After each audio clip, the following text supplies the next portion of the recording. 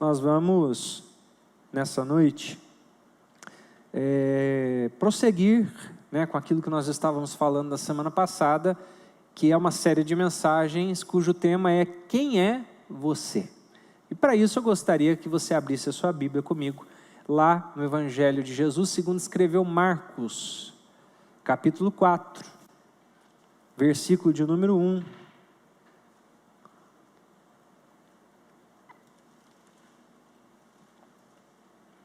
Marcos 4, 1.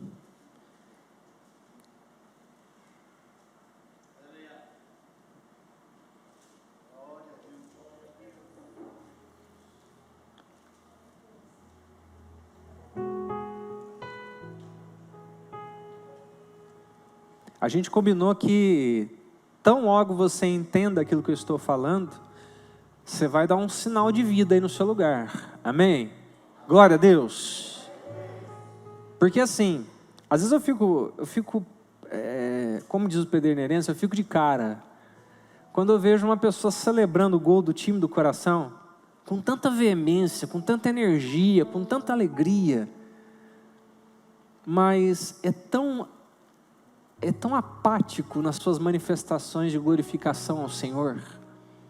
Eu não estou dizendo que você tem que ser um maluco, que você não deva ser você mesmo, mas eu acho que você deveria ser um pouco mais empolgado com aquilo que Jesus já fez na tua vida, dando glória a Deus. A Bíblia fala que a igreja de Jesus o glorificava, dando glórias ao seu nome. Então, quando você entendeu o que eu estou falando, o que eu estou pregando, não tenha acanhamento em dizer um alto e sonoro glória a Deus, um aleluia, porque isso de fato demonstra que você está entendendo a mensagem, que Deus está falando com você.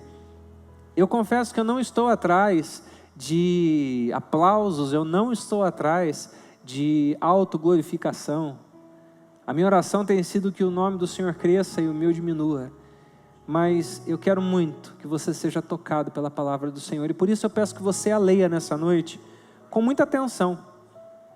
Palavra do Senhor que está lá em Marcos, capítulo 4, versículo 1. Diz assim o texto: Jesus começou a ensinar outra vez à beira-mar, e uma numerosa multidão se reuniu em volta dele, de modo que entrou num barco onde se assentou, afastando-se da praia. E todo o povo estava à beira-mar na praia. Assim, ensinava-lhes muitas coisas por parábolas, e durante seu ensino dizia: escutem, eis que o semeador saiu a semear. E ao semear, uma parte caiu à beira do caminho, e vieram as aves e a comeram. Outra parte caiu em solo rochoso, onde a terra era pouca, e logo nasceu, visto não ser profunda a terra. Saindo, porém, o sol a queimou, e porque não tinha raiz, secou-se. Outra parte caiu entre os espinhos, e os espinhos cresceram e a sufocaram, e não deu fruto. Outra, enfim, caiu em boa terra e deu fruto, e a semente brotou e cresceu e produziu a 30, a 60 e a 100 por um. E Jesus acrescentou: quem tem ouvidos para ouvir, ouça. Versículo 10. Quando Jesus ficou só, os que estavam junto dele, com os 12, começaram ali a fazer perguntas a respeito das parábolas. Jesus disse a eles: a vocês é dado conhecer os mistérios, ou o mistério do reino de Deus. Mas aos de fora, tudo se ensina por meio de parábolas, para que vendo vejam e não percebam, e ouvindo ouçam e não entendam, para que não venham converter-se e sejam perdoados. Então Jesus lhes perguntou: se vocês não entendem esta parábola, como compreenderão todas as outras? O semeador semeia a palavra. Estes são os da beira do caminho, onde a palavra é semeada. Quando a ouvem, logo Satanás vem e tira essa palavra semeada neles. Estes são os semeados em solo rochoso, os quais, ouvindo a palavra, logo a recebem com alegria. Mas eles não têm raiz em si mesmos, sendo de pouca duração. Quando chega a angústia ou a perseguição por causa da palavra, logo se escandalizam. Os outros, os semeados entre os espinhos, são os que ouvem a palavra, mas preocupados com as coisas deste mundo, a fascinação da riqueza e as outras ambições, aparecem e sufocam a palavra, e ela fica infrutífera. Os que foram semeados em boa terra, são aqueles que ouvem a palavra e a recebem, frutificando a 30, a 60 e a 100 por um. Apenas até aqui. Eu gostaria de orar mais uma vez com você. E eu gostaria que você fizesse uma oração corajosa nessa noite. Uma oração pedindo que o Espírito Santo revele a você a pessoa de Jesus Cristo. Que o Espírito Santo revele a você a palavra que está sendo pregada nesse momento. E assim o nome dele seja glorificado. Oremos juntos. Meu Pai, em nome de Jesus, eu peço que a tua palavra seja revelada nessa noite. Porque eu não posso e não devo me embasar em nenhum tipo de habilidade humana para que a glória do Senhor seja manifesta, porque o Senhor opera por meios sobrenaturais, e é na simplicidade da palavra, é na simplicidade do nosso ser, que o Senhor se manifesta, e o Senhor opera grandes coisas, grandes obras, para que o teu nome receba a glória, receba a honra e não o nosso. Por isso, que eu diminua e o Senhor apareça. Que a tua palavra nessa noite se faça real em nossas vidas, e o Senhor nos leve por um caminho em que encontremos a paz, que encontremos a alegria, que encontremos o Senhor Jesus, e te encontrando, possamos ser salvos e viver para a glória do teu nome. Assim nós oramos essa noite em nome de Jesus. Amém e amém.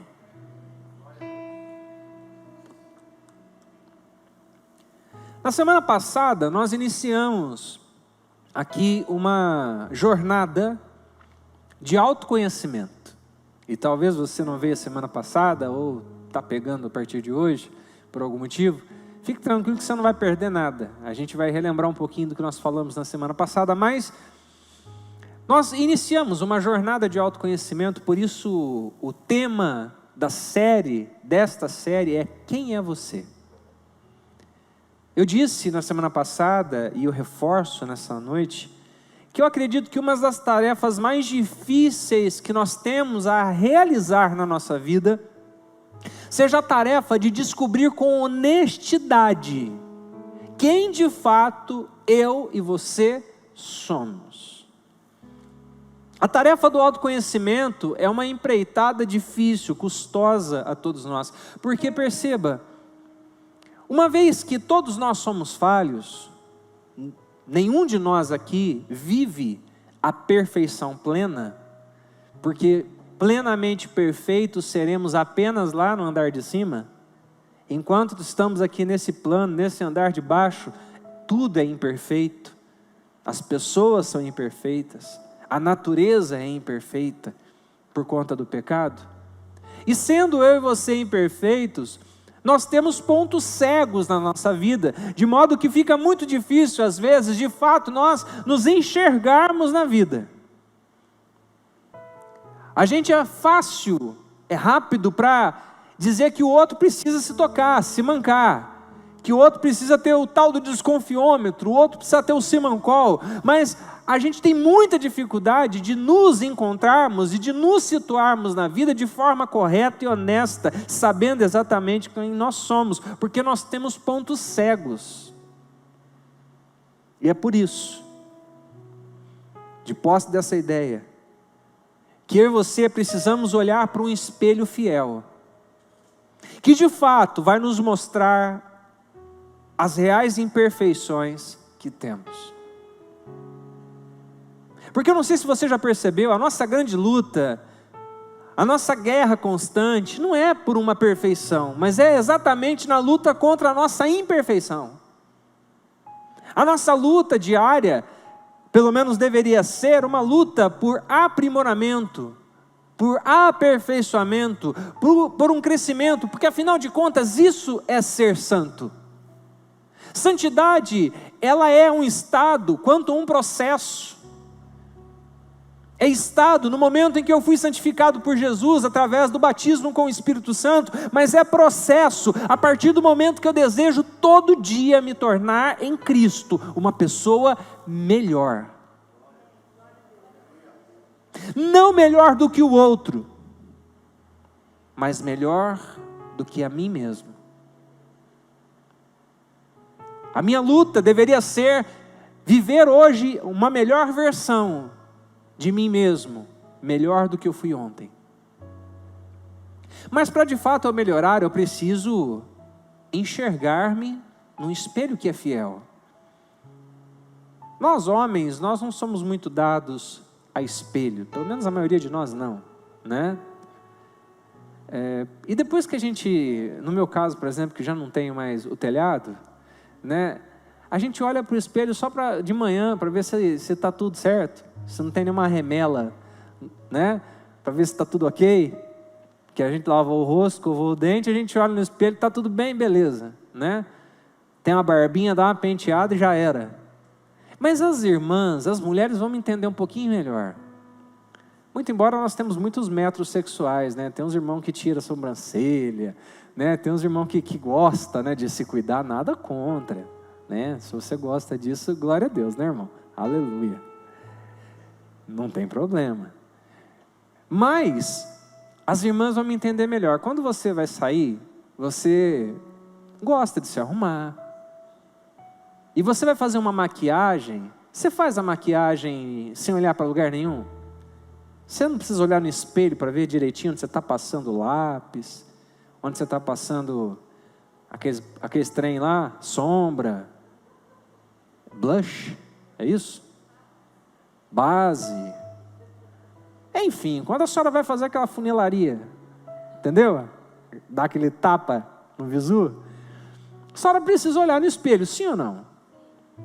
Os homens também, quando se arrumam, hoje eu me olhei pelo menos 2 vezes no espelho. Eu me olhei a hora que eu acordei, escovei os dentes, penteei a barba, lavei o rosto, penteei a barba, e olhei antes de vir para o culto para ver se estava tudo em ordem com a minha roupa.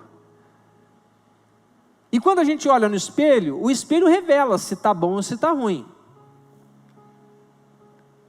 O fato é que nós temos muita dificuldade de encontrar um espelho fiel quando a gente acha que esse espelho, ele é a nossa própria consciência. Porque é verdade que nós temos uma bússola moral, a maioria de nós tem uma bússola moral muito boa, que é fruto da criação que recebemos de nossos pais, que é fruto da influência positiva que recebemos de pessoas no decorrer da nossa vida. Mas perceba, ainda assim, somos falhos. E eu preciso olhar para um espelho que de fato seja um espelho fidedigno. E o espelho que eu apresento a vocês não é outro, senão a palavra de Deus, a Bíblia. Semana passada eu falei isso. Quando nós lemos a Bíblia, ela nos lê. Quando eu olho para as Escrituras, de fato ela revela quem eu sou. Ela me mostra. Ela mostra quem o Aldo é. De verdade. Isso é libertador, porque então eu paro de viver uma vida de aparências, uma vida performática, e passo a viver uma vida real. Porque aí o Aldo que as pessoas vão conhecer, revelado pela palavra e trabalhado por ela, é o Aldo que conheceu Jesus. E o Jesus que se revela no Aldo vai atrair outras pessoas, e assim deve ser na sua vida também. A palavra de Deus, ela é incrível, porque ela tem o poder de revelar com clareza o lugar em que nós nos encontramos na vida. O lugar em que nós nos encontramos no processo que Deus tem estabelecido nas nossas vidas. Porque eu não sei se você já percebeu, Deus trabalha com processos. Ele não precisa de processos, mas Ele usa processos nas nossas vidas. E quando eu olho para as Escrituras, eu de fato entendo em que lugar eu estou nesse processo.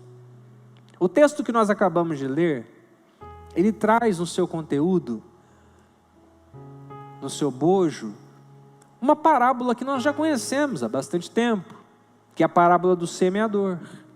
Eu vou lembrar aqui de forma bem rápida aquilo que nós falamos na semana passada. Jesus começa a ensinar nesse dia e ele diz: escutem, eis que o semeador saiu a semear. Quem que é o semeador? Olhando para o texto, fazendo uma exegese do próprio texto, interpretando o texto, nós entendemos que o semeador é aquele que, ou aquela que prega a palavra de Deus. Mas eu não estou falando de um pregador profissional, porque tem uns caras que são profissionais. Eu não estou falando de um pregador de carreira. Eu estou falando de um pregador, de uma pregadora, que prega com a sua própria vida, que semeia com a sua própria vida, que não tem vergonha de se expor e fazer um convite para alguém, conhecer, não a igreja, não a denominação, mas conhecer o Evangelho de Jesus, conhecer o povo de Jesus, conhecer a família da fé que nós fazemos parte. O semeador, portanto, é aquele que entendeu que ele deve levar a palavra aonde quer que ele esteja.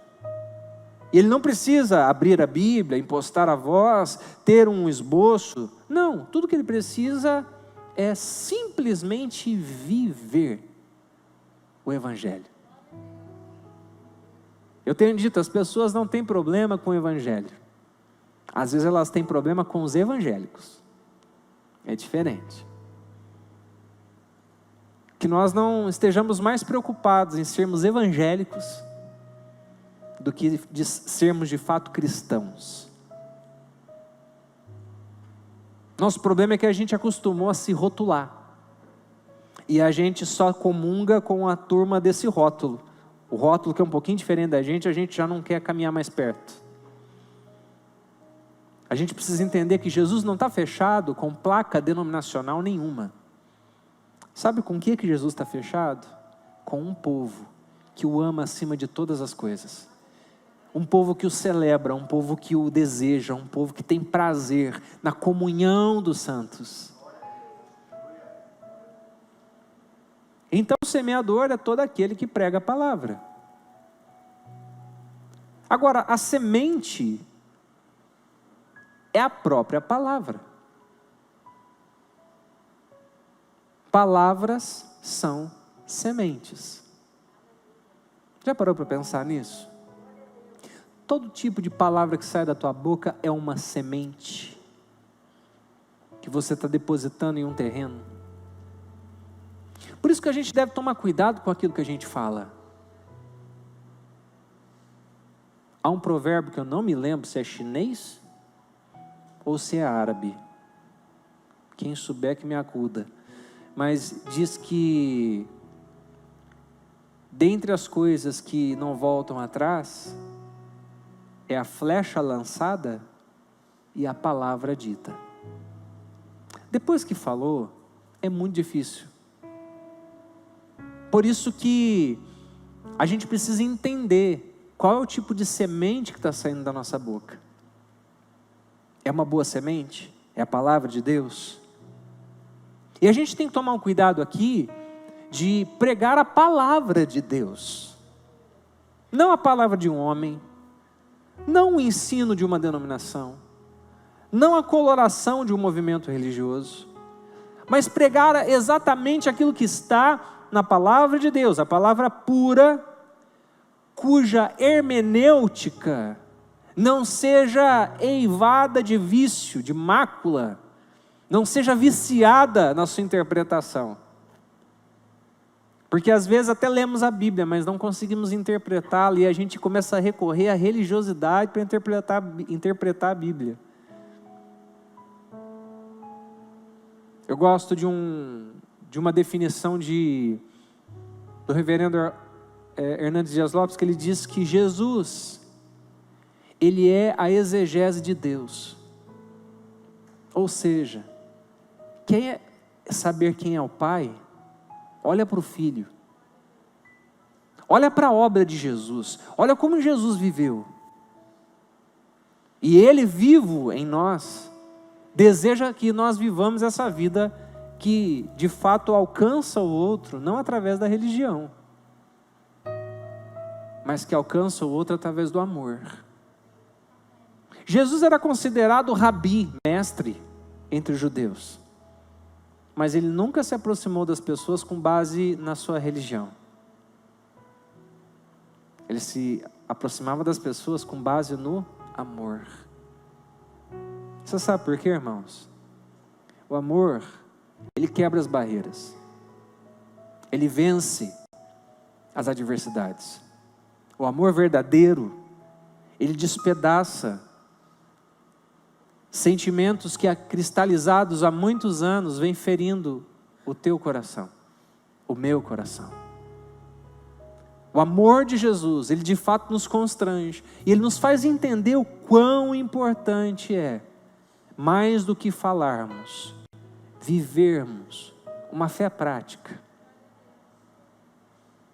A semente é a boa e velha, mas atual palavra de Deus. E a gente falou que ao final dessa série de mensagens, e ao final de cada mensagem pregada, com base na palavra, você vai descobrir exatamente quem você é. E o fato é que uns vão gostar dessa revelação, outros não tanto. Mas o legal disso tudo é que você vai ter a oportunidade de descobrir se você está bem. E estando bem, você vai poder consolidar esse caminho diante do Senhor, melhorando a cada dia. Mas se você não estiver tão bem assim, se o tipo de solo que o teu coração não é o tipo de solo propício à salvação, você vai ter a oportunidade de abrir o teu coração para Jesus te transformar e fazer de você uma nova criatura nele. Na semana passada nós falamos do solo à beira do caminho. Está nos versículos 3 e 15. E essa galera que tem um coração que é o solo à beira do caminho, eu chamei eles de simpatizantes. É a turma que se simpatiza ao Evangelho. Eles gostam da palavra. Eles acham bonito ouvir uma pregação. Eles acham bonito ouvir uma homilia. Eles gostam, eles acham interessante. Mas, por serem só simpatizantes, eles não decidem viver o Evangelho. E o grande problema do Evangelho para os simpatizantes é que no reino de Deus não há lugar para simpatizantes. Não há lugar para observadores. Não há lugar para quem vive na periferia da fé. Porque uma coisa maravilhosa no reino de Deus é que no reino de Deus não tem periferia. Todo mundo é igual. Durante muito tempo houve um movimento aí de autoridade espiritual, dizendo que eu tenho que te dominar, né? O pastor, ele está acima, e a oração do pastor é mais poderosa. Isso é uma grande besteira, porque quando a gente olha para a palavra, a gente percebe que a única diferença que tem entre mim e você é o dom que Deus me deu. Mas diante de Jesus nós somos iguais, nós temos as mesmas responsabilidades, cada um vai dar conta da sua própria vida. Mas se o pastor pregar uma heresia, se o pastor ensinar algo que não está certo, o problema é seu que acreditou. Você tem a mesma Bíblia que o pastor tem, sim ou não? Por isso que a responsabilidade é pessoal. E esse evangelho que traz uma visão de dominação sobre os outros, não é o evangelho de Deus, porque o evangelho de Cristo liberta. O evangelho de Jesus é tão poderoso que ele te liberta a tal ponto de você ser livre para tomar as próprias decisões e assumir e arcar com as suas consequências. Isso é maravilhoso.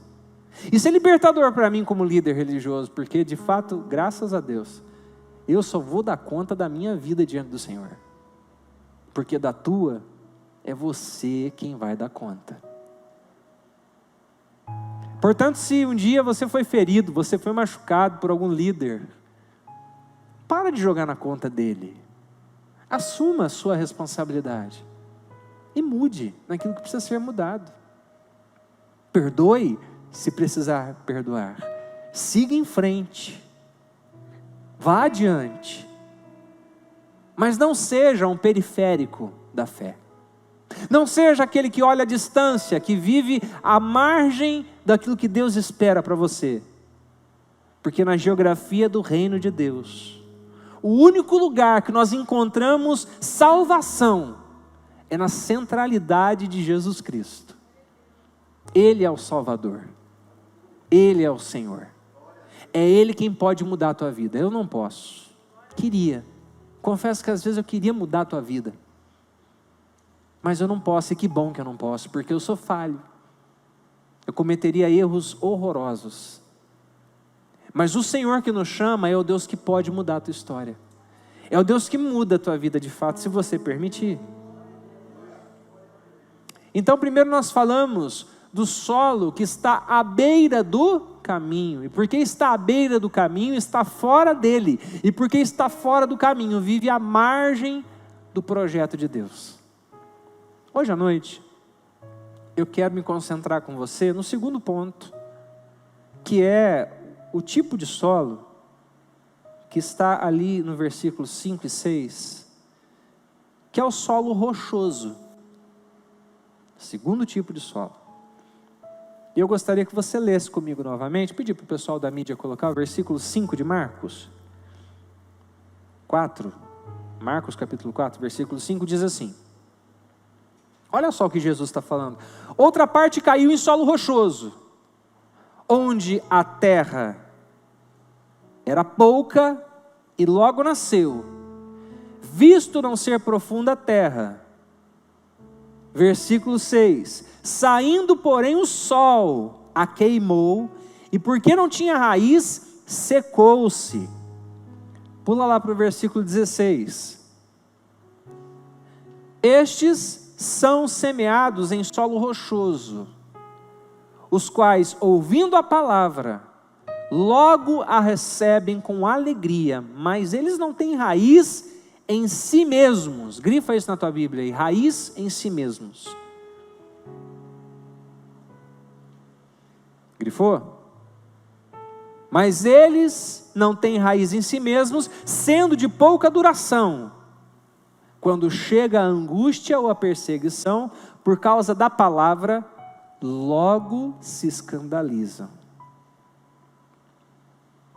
Esse é o segundo grupo de pessoas ou de corações que Jesus aborda no seu ensino. E eu vou chamar essa galera aqui de os entusiastas, né? Esse grupo de pessoas são aqueles e aquelas cuja característica central é o entusiasmo. Eu acredito que você já passou por essa experiência de falar do evangelho para alguém, de semear a palavra de Deus, e eles ouvem a palavra, logo recebem a palavra com alegria, mas eles não têm raiz em si mesmos. Perceba, não é que eles não têm raiz em Jesus. Jesus fala, eles não têm raiz em si mesmos, ou seja, eles não têm firmeza, eles não são firmes na vida, e tão logo chegam as adversidades ou a perseguição por causa da palavra de Deus, logo eles se escandalizam e abandonam o caminho. É o tipo de gente que ouve a palavra, se alegra com ela, mas assim que a adversidade vem, ele não resiste à prova de sua fé. Eles não conseguem compreender o que está dito lá em Tiago, capítulo 1, versículos 2 e 3, que diz assim: meus irmãos, escute isso, tende por motivo de grande alegria o passardes por várias provações, sabendo que a prova da vossa fé, uma vez confirmada, produz perseverança. O cristão, ele passa por adversidades, ele passa por provas da sua fé, mas aquele que o coração é como um solo rochoso, por não ter raiz, não ter firmeza em si mesmo, eles creem, até que a adversidade bata em suas portas. Eles creem, até que os problemas comecem a se agigantar para cima deles. Quando a sua fé é provada, essa fé não é confirmada e por isso não produz perseverança. Perceba que a perseverança é uma marca essencial do cristianismo. A perseverança é a marca principal dos discípulos de Jesus, das discípulas de Jesus. Quando recebemos os irmãos aqui hoje por batismo, dissemos a eles: vivam pelo Evangelho, mas também estejam dispostos a morrer por ele, porque senão a sua fé não serve para nada. Porque a fé em Cristo, ela é inabalável. Perceba que perseverança, portanto, está intimamente ligada à firmeza de caráter. Quando você prega a palavra para alguém que não tem essa firmeza, a palavra é colocada como em um solo rochoso, que até começa a germinar, mas vem o sol, vem as adversidades, e essa fé não resiste. Não porque há problema na fé, mas porque há problema no caráter. E Jesus quer transformar o meu e o seu caráter. No reino de Deus, a firmeza de caráter e a consciência de propósito superam o entusiasmo, de modo que venha nos proporcionar, aquele que é verdadeiro discípulo, perseverança, para se manter fiel diante das adversidades, diante das provas da vida, diante dos problemas que se levantam. Porque se um dia falaram para você: venha para Jesus, os seus problemas vão acabar, desculpa, mas essa pessoa mentiu para você. Não é isso que a Bíblia diz. A Bíblia diz que você vai a Cristo e os problemas às vezes vão piorar. Maiores serão os opositores, mas eu preciso te dizer também que tudo tem dois lados, né? Os problemas se levantam, mas você não vai estar mais lutando sozinho. O Senhor pelejará por vós. É o Senhor quem guerreia as nossas guerras. É o Senhor quem faz justiça. É o Senhor quem vê a causa da viúva e do órfão. É o Senhor quem vê quando te roubam. É o Senhor quem vê quando te passam para trás. É o Senhor que vê quando você está sendo injustiçado, humilhado, e Ele se coloca de pé para advogar a tua causa, te defender e te colocar no lugar que você precisa, porque você não é bastardo, você é filho e filha do Senhor.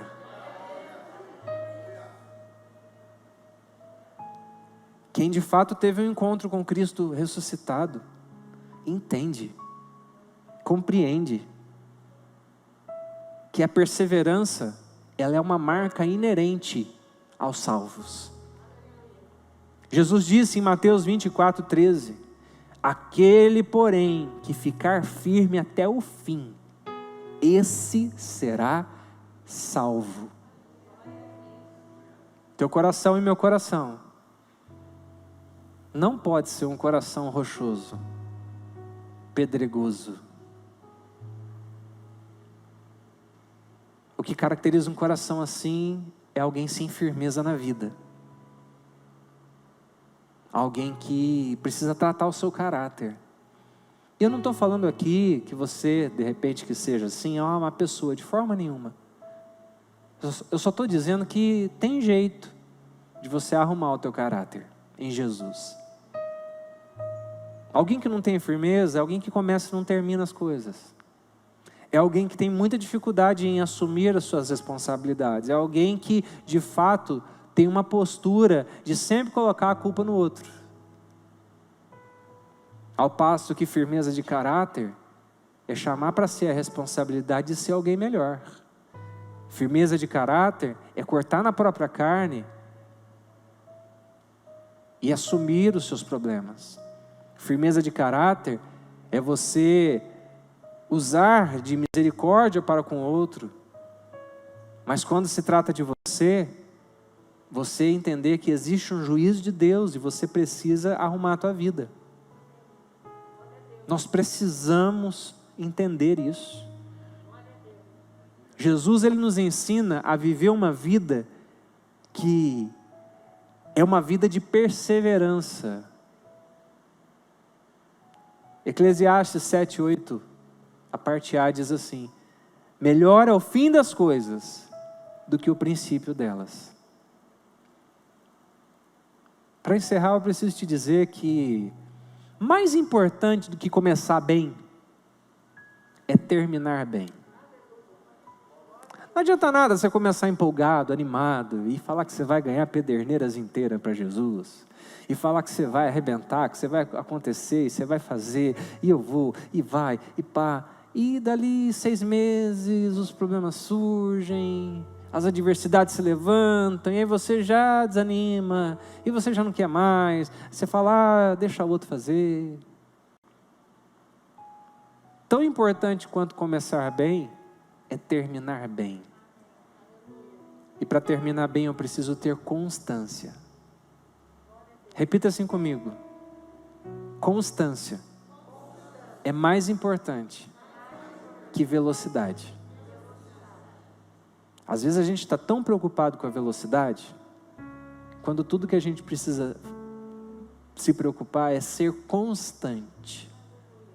Constante na vida, constante no amor, constante em Cristo, constante na obra do Senhor, constante. Tem uma canção antiga que diz que pedra que muito rola não cria limo. Você precisa ter firmeza. Você precisa ser constante nas suas decisões. Eu preciso nessa noite te dizer que na introdução eu disse que você ia descobrir quem é você através de cada sermão pregado. Eu prometi a você que ao final de cada mensagem você ia descobrir exatamente em que posição você se encontra na vida. E hoje você tem a oportunidade de consolidar uma boa posição, se tiver tudo ok com você, ou assumir honestamente uma posição de correção, de arrependimento, de humildade, para reconhecer que você precisa de Jesus, para reconhecer que você precisa mudar o teu coração. Jesus, ele usou até aqui, nós estudamos juntos, a figura de tipos de solo que a semente é depositada. Ele fala de um coração que apenas se simpatiza com o Evangelho, que é um coração que acha bonito o Evangelho, mas não quer vivê-lo.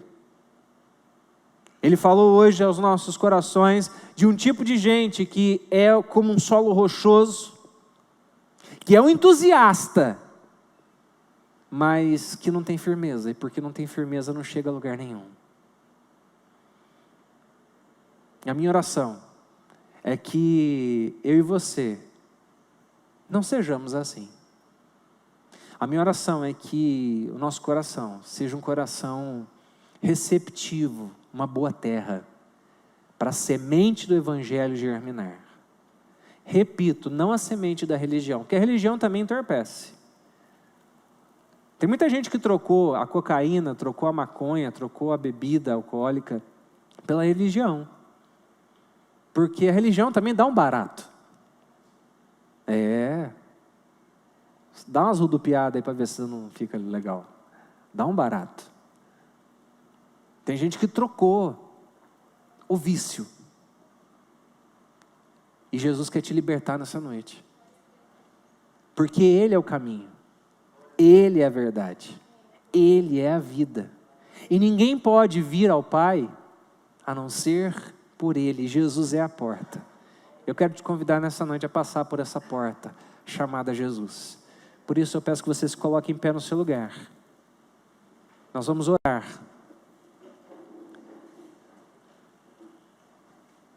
Eu quero orar com você que ouviu essa mensagem. E que está decidido nessa noite, de fato e de verdade, a se lançar nas mãos desse Cristo. A se colocar na presença dEle, dizendo: olha, Senhor, eu não sei como serão os meus dias daqui para frente, eu só sei que eles serão seus. Eu não sei como vai ser a minha caminhada daqui para frente, mas eu quero apenas dizer que o Senhor vai ser o meu caminho. Eu quero orar com pessoas nessa noite que hoje estão reconhecendo que precisam de Jesus. Que às vezes você tem sido até então um simpatizante do Evangelho. Ou um entusiasta dele. Mas hoje à noite você quer se transformar pelo poder de Deus. Ou melhor, você vai ser transformado em alguém que vai ser uma boa terra. E que essa semente pregada nessa noite vai germinar e dar bons frutos. Vai gerar boas obras. A religião ensina que você vai ser salvo por causa das tuas obras.